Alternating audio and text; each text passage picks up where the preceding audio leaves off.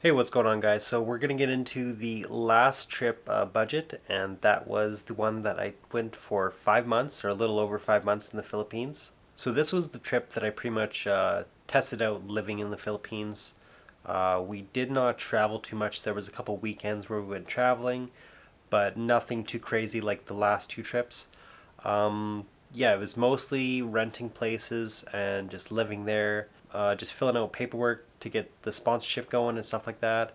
And that's kind of what took up our time. And so during the 5 months living in the Philippines, we stayed pretty much mostly in Bacolod area.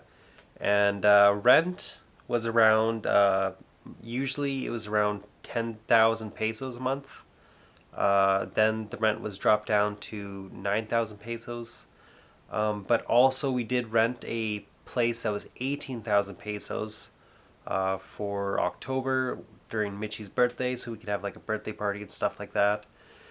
And that was a place where we could actually cook.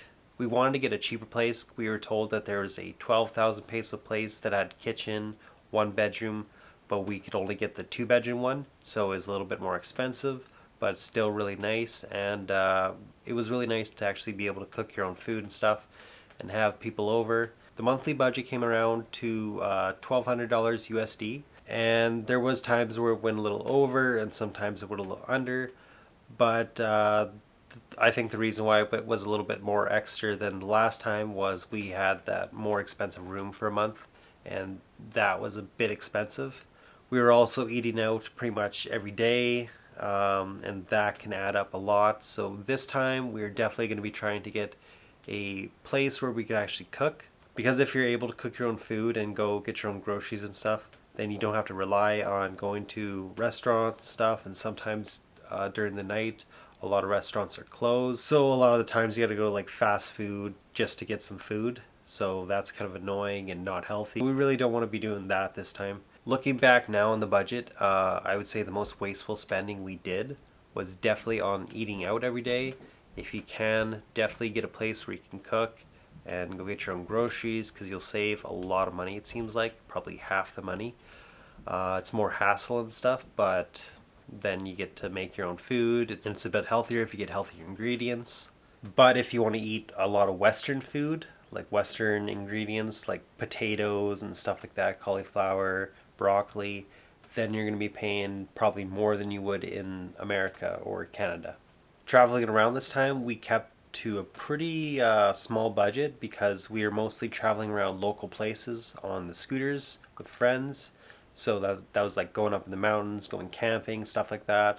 Uh, the only real big trip we went on was to Bohol, and we went for I think 3 or 4 days, and it came out to be pretty pricey because we were staying at resorts that were around 3 to I think 4,000 pesos a night, plus eating at like nice restaurants and stuff like that, uh, drinking every night, going tours, paying for tours, scooter rentals, stuff like that. So that all came out to a pretty hefty price, probably around the same budget 3 weeks in the Philippines would cost. So, and something that saved us a lot of money this time on this trip was that I bought a scooter on the second trip, the trip before, and this time it was all paid off. So pretty much all traveling, getting around was pretty much paid for with gas for the scooter.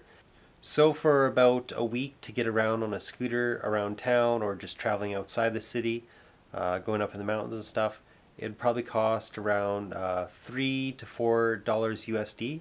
So gas is really, really cheap.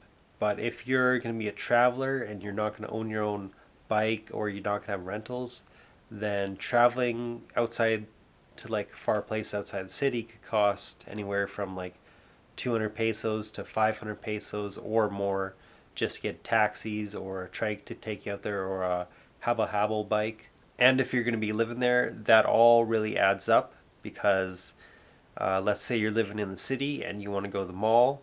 Well, you could be charged anywhere from 60 pesos to 100 pesos just to get to the mall.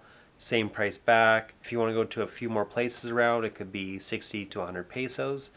And it could add up to be 200 to 300 pesos just to get around each day. And if you're living there, that all adds up after a while. And to me, the freedom you get when you have your own bike and you can just hop on and go anywhere at any time really makes up for the price. Because in the end, if you're going to be living there, you're going to spend that money anyways on transportation. So what's the point of just wasting it, giving it to people who are just giving you rides and it's boring? Why not own your own bike and have a good time, be able to travel wherever, and it's a lot more funner, a lot more free feeling. Yes, it is a little bit dangerous, but if you learn and you're driving in a somewhat chill area, like I wouldn't recommend getting a bike if you're in Manila or Cebu or around those areas because it's just going to be crazy hectic. But in the smaller cities and the smaller towns, then I think it's pretty much like a must have.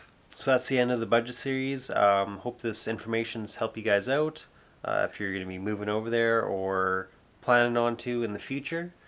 My biggest piece of advice to everyone would be think in pesos and not in dollars. So you shouldn't be thinking, oh, this is only this many dollars and it's so much cheaper than America or Canada.